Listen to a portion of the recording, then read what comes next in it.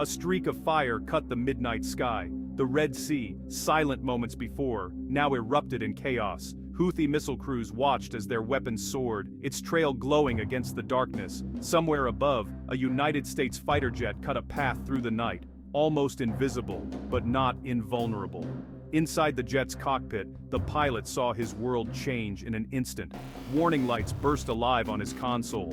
His training snapped into focus. Heart pounding, he gripped the controls, scanning for threats. In that tense moment, the balance between life and death hinged on instincts and technology. Down below, radar operators tracked both the missile and the jet. Every second mattered. The Red Sea's dark waters reflected the unfolding drama. A high-stakes chess game played at supersonic speed. On this night, a single mistake could trigger consequences far beyond the horizon. The missile, launched with purpose, raced toward its target. But this was no ordinary plane, and this would be no easy kill.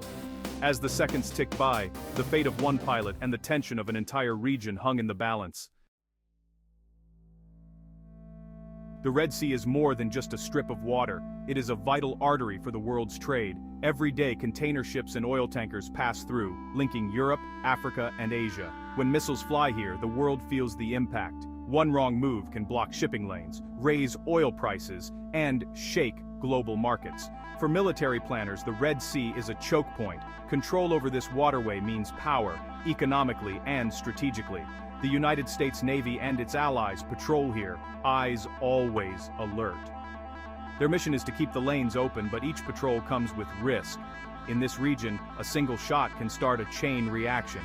Nearby, conflicts in Yemen spill over into these waters. The Houthis, a rebel group with powerful backers, try to rival the world's superpowers.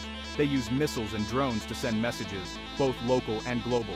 The United States responds with force and technology, determined to protect its interests and allies. The world watches this tense dance. Every near miss over the Red Sea is more than just a military story. It is a warning that local fights can ripple across continents, touching every life from New York to Nairobi.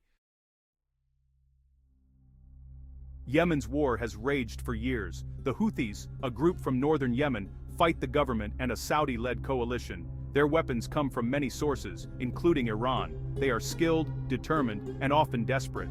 Their fight is about power, survival, and pride.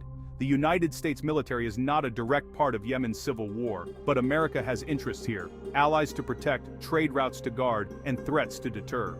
United States ships and planes often patrol the area, ready to respond to attacks. Their presence sends a message: don't mess with global trade. For the Houthis, targeting United States forces is risky, but tempting. A single hit could be a propaganda win. But the costs are high. America's response would be swift and powerful. This deadly game plays out in the skies and seas. Each side watches the other, ready to act. The Red Sea has become a proving ground for new tactics and old grudges, where every shadow might hide danger.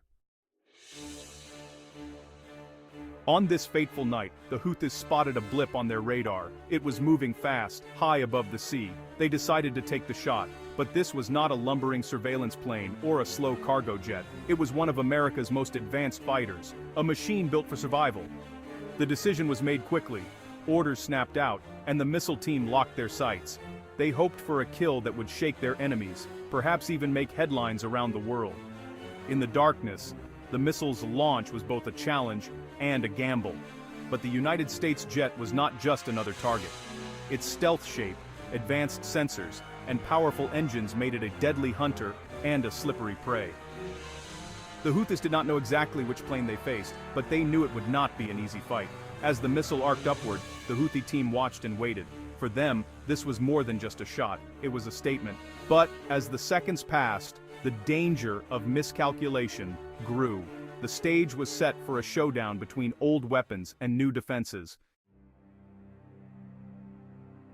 The pilot's instincts kicked in the moment the threat appeared. A piercing alarm screamed through the cockpit. His head snapped toward the warning display. He identified the missile's path. Training took over. He yanked the stick, banking hard left, searching for the blip on his sensors.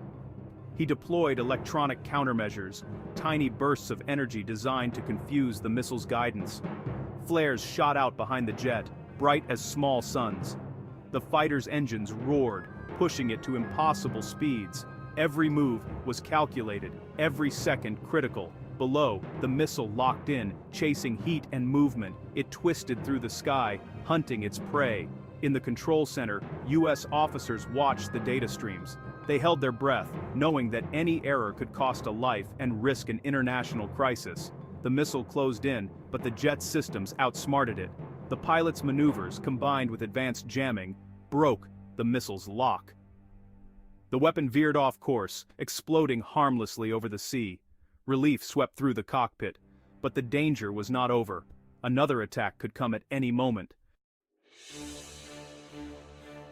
The jet was no ordinary aircraft. It bristled with sensors, radar-absorbing materials, and smart computers. Its engines could outrun almost anything. Its shape made it hard to see and harder to hit. Decades of research and billions of dollars had gone into making it a survivor. The Houthi missile, by contrast, was based on older designs. It was deadly, but its guidance system was outdated. Its radar struggled to lock onto the jet's signature. Electronic warfare systems jammed its sensors, while countermeasures blinded its heat seekers. Still, nothing is truly invincible. Even the best jets can be brought down by luck or numbers. The pilot knew this. Every mission was a test of skill and technology, with no room for error.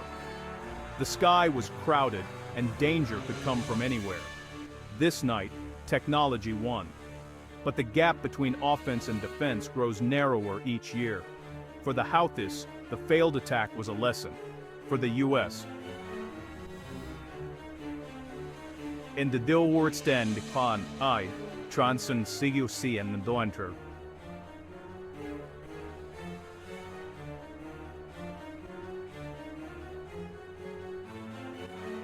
Never underestimate your enemy, no matter how old their weapons seem.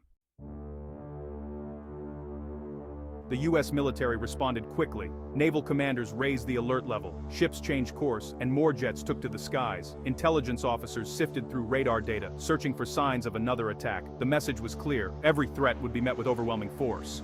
World markets reacted too.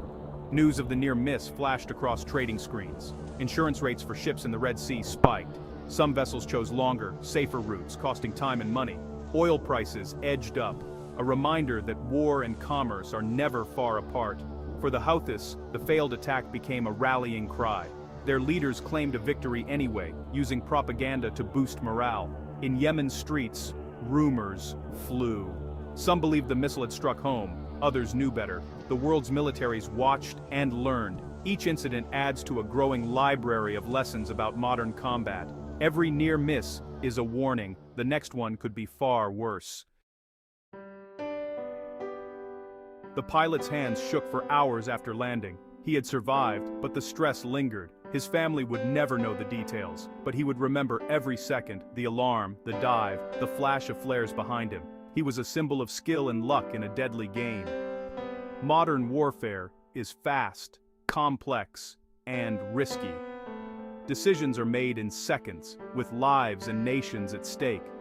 Technology helps, but it can never replace human courage and judgment. The fog of war is real, even in the age of satellites and smart weapons. Mistakes in crowded airspace happen. Misidentification is easy when radar screens are full. A cargo plane can look like a fighter. One error can start a war, close a sea, or kill innocent people. This is why peace is fragile. So much depends on the smallest decisions. That night over the Red Sea, disaster was narrowly avoided, but the risks remain. Global tensions, high-tech weapons, and human error combine to make every mission a gamble. The world must remember, peace depends on caution, skill, and a bit of luck. We are all just one near miss away from chaos.